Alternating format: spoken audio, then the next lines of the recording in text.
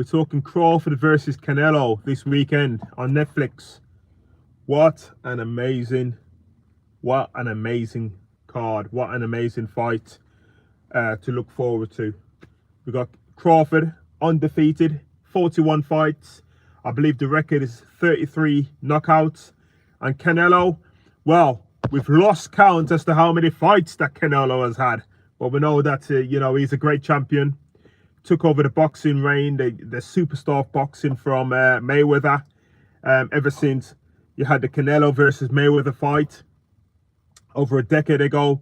And Canelo since then, well, it's been about 15 years now. Since then, Canelo's been the face of boxing. He's been dominating opponents.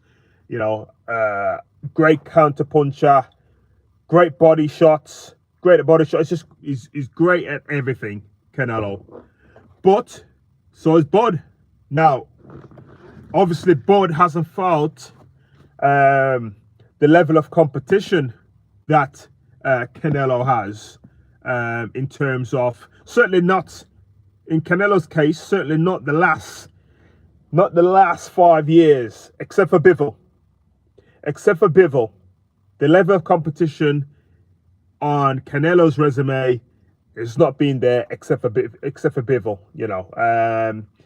Canelo's last 7 fights, they've been way below par. He's had no knockouts, I believe, in his last 7 fights.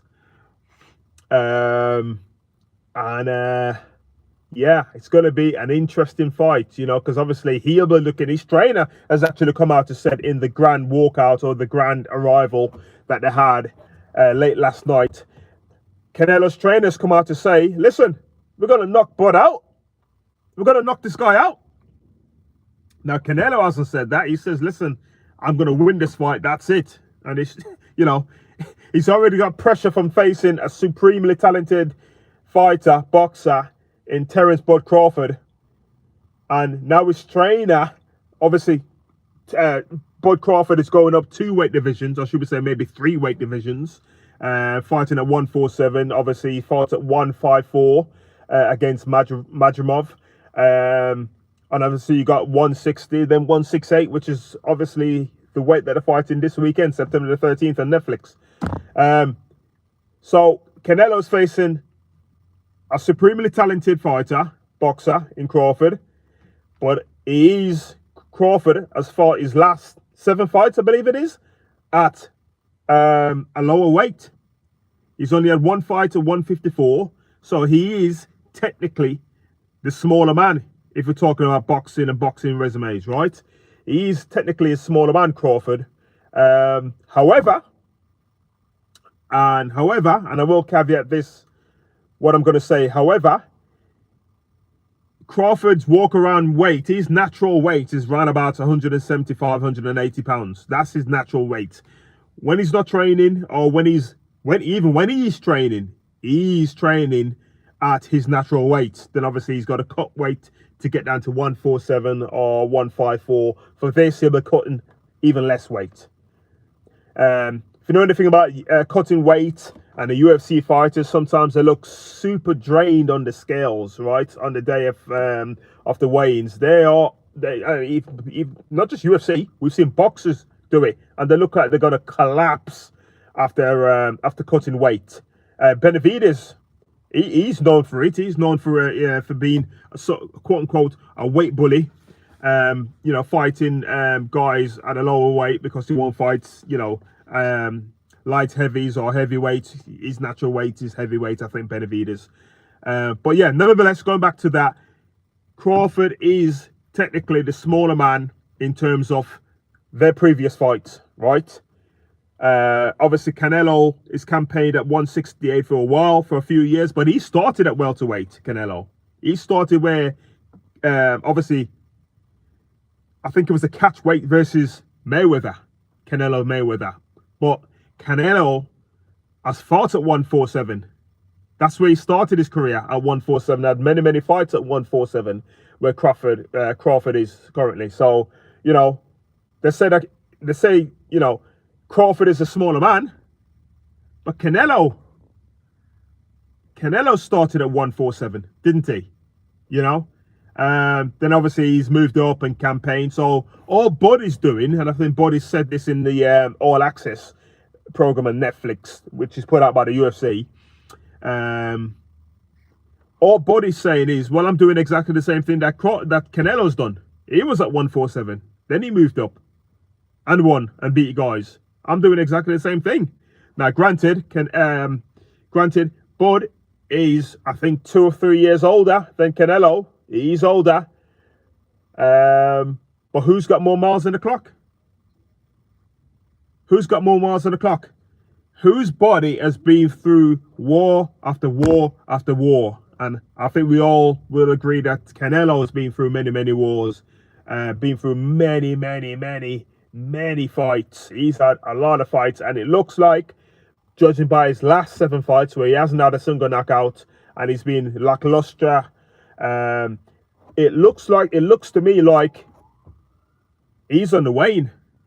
Canelo's on a decline, whereas Bud's trajectory is either going straight along or he's on that curve on the way up.